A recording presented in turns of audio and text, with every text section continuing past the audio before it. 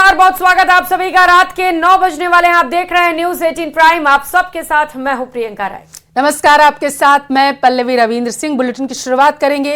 अरविंद केजरीवाल की गिरफ्तारी को चुनौती देने वाली याचिका को दिल्ली हाईकोर्ट ने खारिज कर दिया।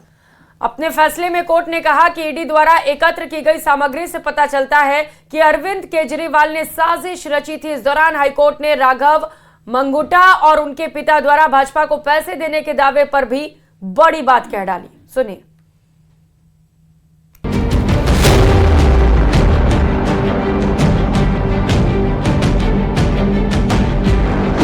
दिल्ली हाईकोर्ट से केजरीवाल को बड़ा झटका। गिरफ्तारी को चुनौती देने वाली याचिका खारिज। हाईकोर्ट ने माना केजरीवाल की गिरफ्तारी सही। ईडी के पास गिरफ्तारी के लिए पर्याप्त सबूत। शराब घोटाले के मामले में अरविंद केजरीवाल को एक बार फिर जोर का झटका लगा है।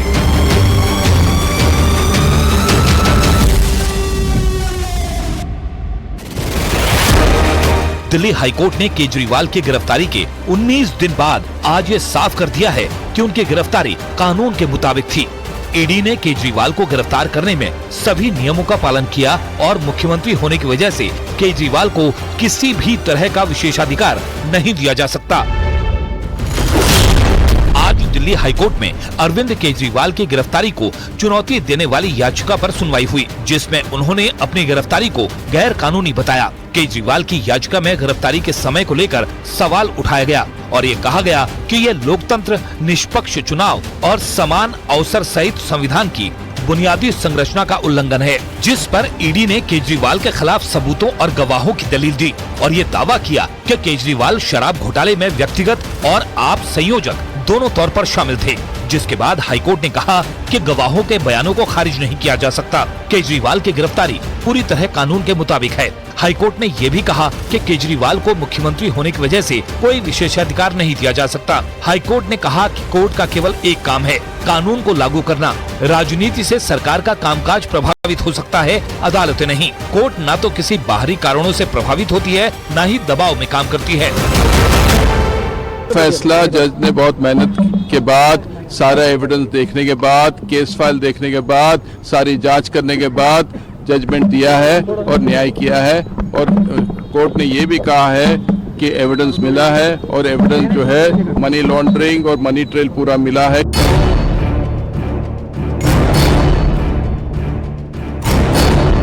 सूत्रों के मुताबिक आम आदमी पार्टी दिल्ली हाईकोर्ट के फैसले के खिलाफ कल ही सुप्रीम कोर्ट जाने की तैयारी कर रही है, तो वहीं बीजेपी कह रही है कि हाईकोर्ट के फैसले ने केजरीवाल को आईना दिखा दिया।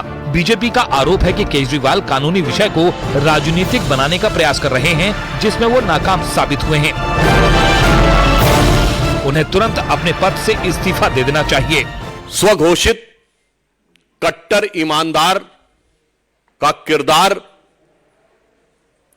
धारदार तथ्यों के साथ पूरी तरह तार तार हो गया है। उन्होंने तो सीधे सीधे अपनी अभिरक्षा को ही, यानी अपनी हिरासत को ही चुनौती दी थी।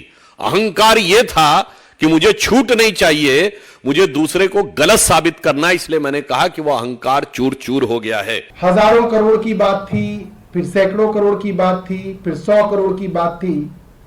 बातें तो करोड़ों की हो रही हैं।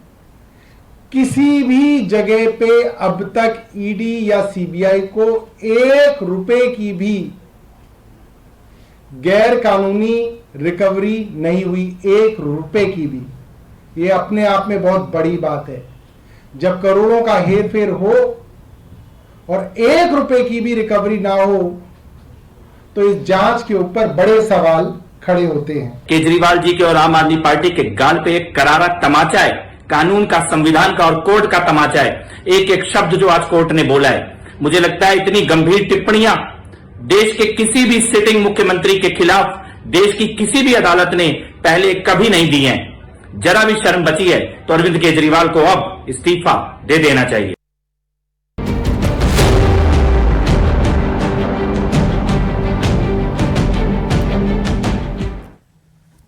उधर पाकिस्तान के प्रधानमंत्री शहबाज शरीफ 2 बड़ी उम्मीदों के साथ सऊदी अरब गए थे। पहली उम्मीद ये कि सऊदी अरब उसकी आर्थिक मदद करेगा और मुस्लिम देश होने के नाते कश्मीर पर पाकिस्तान का साथ देगा। लेकिन सऊदी अरब ने पाकिस्तान की उम्मीदों पर पानी फेर दिया और कश्मीर पर भारत के रुख का समर्थन किया। ये रिपोर्ट देखिए।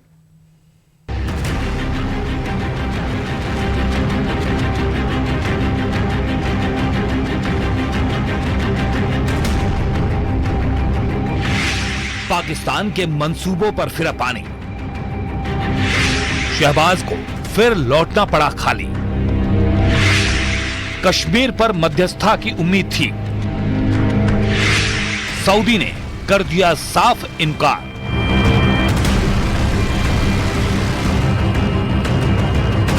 पाकिस्तान के प्रधानमंत्री शहबाज शरीफ कहने को तो सऊदी अरब के मक्का में उम्रा करने पहुंचे थे, लेकिन फितरत के मुताबिक मन में तो कुछ और ही था। बहुत उम्मीदें थीं, अरमान था और उसके पूरी होने की ख्वाहिश भी थी। लेकिन सऊदी अरब के प्रिंस मोहम्मद बिन सलमान ने उनके सपनों को चूर चूर कर दिया। पाकिस्तान कश्मीर मुद्दे पर मध्यस्थता की उम्मीद लगाए बैठा था और उसके लिए उसने सऊदी अरब से अपनी दोस्ती का हवाला भी दिया। लेकिन मोहम्मद बिन सलमान ने इस मुद्दे पर भारत के रुख का समर्थन करते हुए साफ इनकार कर दिया और आखिर में जो संयुक्त बयान जारी हुआ उसके मुताबिक भारत और पाकिस्तान को बातचीत के जरिए अपने बीच के विवाद सुलझाने की जरूरत है। जम्मू कश्मीर का मसला इसमें सबसे ऊपर है। इसी के जरिए क्षेत्र में शांति और स्थिरता आ सकती है। मतलब साफ है कि इस मसले पर पाकिस्तान को फिर मुंह की खानी पड़ी, क्योंकि भारत हमेशा से कश्मीर मुद्दे को भारत पाकिस्तान का द्विपक्षीय मुद्दा मानता रहा है और इसमें किसी भी तीसरे की मध्यस्थता के खिलाफ रहा है। वैसे तो भारत से सऊदी अरब के संबंध पहले से ही बेहतर रहे हैं, लेकिन नरेंद्र मोदी के प्रधानमंत्री बनने के बाद इन रिश्तों में नई ऊर्जा आई है और सऊदी अरब भारत के लिए पहले से ज्यादा भरोसेमंद साबित हुआ है। साल 2016 में सऊदी अरब पीएम मोदी को अपने सर्वोच्च सम्मान किंग अब्दुल अजीज शैश से भी नवाज चुका है। 370 के मुद्दे पर भी जहां कई मुस्लिम देश भारत के विरोध में खड़े नजर आए थे, सऊदी अरब ने इसे भारत का आंतरिक मुद्दा बताया था। हालांकि सऊदी अरब के भारत और पाकिस्तान दोनों से बेहतर रिश्ते हैं और ये रिश्ते उसके लिए बेहद जरूरी भी हैं और यही वजह है कि वो इसमें संतुलन बनाए रखने की पूरी कोशिश करता है। भारत से रिश्ते इसलिए जरूरी हैं क्योंकि सऊदी अरब अपनी अर्थव्यवस्था की तेल पर से निर्भरता कम करना चाहता है और इसके लिए उसे व्यापार के नए साथियों की जरूरत है और भारत उसके लिए ऐसे ही दोस्तों में एक है। वहीं पाकिस्तान को भी साथ रखना सऊदी अरब की बड़ी मजबूरी है, क्योंकि मिडिल ईस्ट में ईरान के साथ दबदबे की लड़ाई में वो पाकिस्तान को जरूरी मानता है। पाकिस्तान से ईरान की करीब 900 किलोमीटर की सीमा लगती है। ऐसे में पाकिस्तान को अपने खेमे में रखने के लिए सऊदी अरब आर्थिक तौर पर उसकी बड़ी मदद करता रहा है। पाकिस्तान ईरान की मजबूरी से अच्छी तरह से वाकिफ है और इसीलिए रह रहकर वो कश्मीर का राग छींटता रहता है और सऊदी अरब से अपने मुताबिक फैसले की उम्मीद करता है। वहीं सऊदी अरब भी कंगाल पाकिस्तान की नस-नस को अच्छी तरह से पहचानता है। यही वजह है कि वो अपने फैसले से टस से मस नहीं होता। उधर महबूबा मुफ्ती को पुराने दिन सुहाने लगने लगे हैं, जब कश्मीरी पंडित कश्मीर का अहम हिस्सा हुआ करते थे।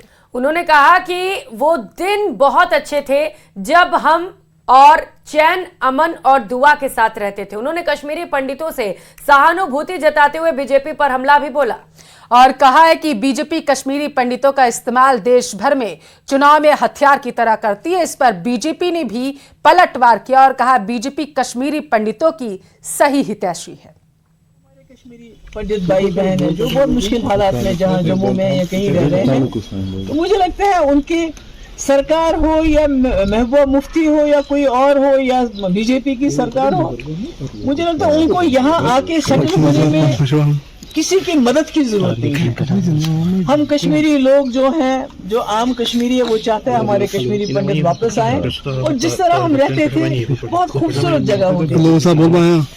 मतलब जब मिलजुल के आप रहते हैं, कश्मीरी भी है, पंडित भी है, सरदार भी है, बुद्धिस्ट भी है, क्रिश्चियन भी है, मुसलमान भी है, तो उसकी एक अपनी शक्ल होती है। बीजेपी ने इनको खाली वोट बैंक की तरह इस्तेमाल नहीं किया, बल्कि एक हथियार, कश्मीरी पंडितों के दर्द को, उनकी तकलीफ को इन्होंने एक हथियार बनाया और पूरे मुल्क में उस हथियार को बेचा। उस हथियार को पूरे मुल्क में इस्तेमाल किया दूसरों के वोट लेने के लिए। हमारे कश्मीरी पंडित भाई, उनके वोट तो बहुत ज्यादा नहीं है, मगर उनके दर्द को, उनकी तकलीफ को बीजेपी ने घर घर जगह जगह जाके हथियार की तरह इस्तेमाल किया, मगर और उनके लिए कुछ भी नहीं किया। महबूबा का सर्टिफिकेट थोड़ी लोग देखेंगे। इन्हीं की गलत नीतियों के कारण से कश्मीरी पंडित भाइयों को वहां से आना पड़ा। भारतीय जनता पार्टी हमेशा से, जब उनकी माइग्रेशन हुई थी, वहां से आज तक उनकी चिंता करती है। तो ये चुनावी इनका हथकंडा है, ये कोशिश करेंगी।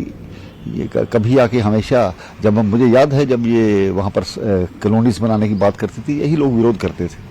तो ये लोग चाहते नहीं हैं, लेकिन ये चुनावी बेला होने के कारण से इस प्रकार की भाषा का प्रयोग कर रहे हैं। कश्मीरी पंडित हमारे लिए प्रायोरिटी है, तो उम्मीद करनी चाहिए कि जल्दी वो अपनी जगह पर जाकर के शांतिपूर्ण तरीके से एक रेस्पेक्ट के साथ वहां बसेंगे। और लोकसभा चुनाव को लेकर इस वक्त की बड़ी खबर आपको बताते चले, महाराष्ट्र नवनिर्माण सेना अध्यक्ष राज ठाकरे का बड़ा बयान सामने आया है। मोदी सरकार को मेरा समर्थन, ये राज ठाकरे ने कहा है। तो इस वक्त की सबसे बड़ी खबर सियासी गलियारों से जुड़ी हुई आपके टेलीविजन स्क्रीन पर। लोकसभा चुनाव में बिना किसी शर्त उन्होंने कहा है कि मेरा समर्थन होगा। मोदी सरकार को राज ठाकरे ने अपना समर्थन दे दिया है। तो इस वक्त की बड़ी खबर सियासी गलियारों से आपके टेलीविजन स्क्रीन पर। मला काही अपेक्षा नाहीयेत। महाराष्ट्र नवनिर्माण सेना, भारतीय जनता पक्ष, शिवसेना आणि एनसीपी, परंतु फक्त नरेंद्र मोदींसाठी बिनशर्त पाठिंबा देत आहे, हे मी आज आपल्या समोर सगळ्यांसमोर जाहीर करतो।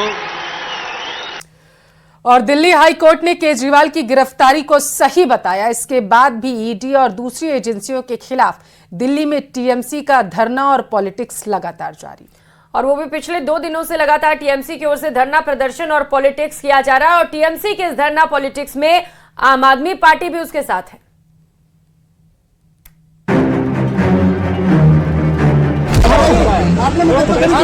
पॉलिटिकल नहीं है तो आप बताइए, हम representative, I am asking you please.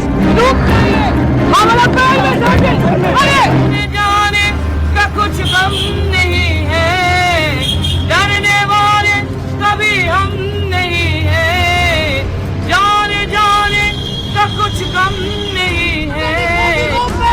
This is the actual fact.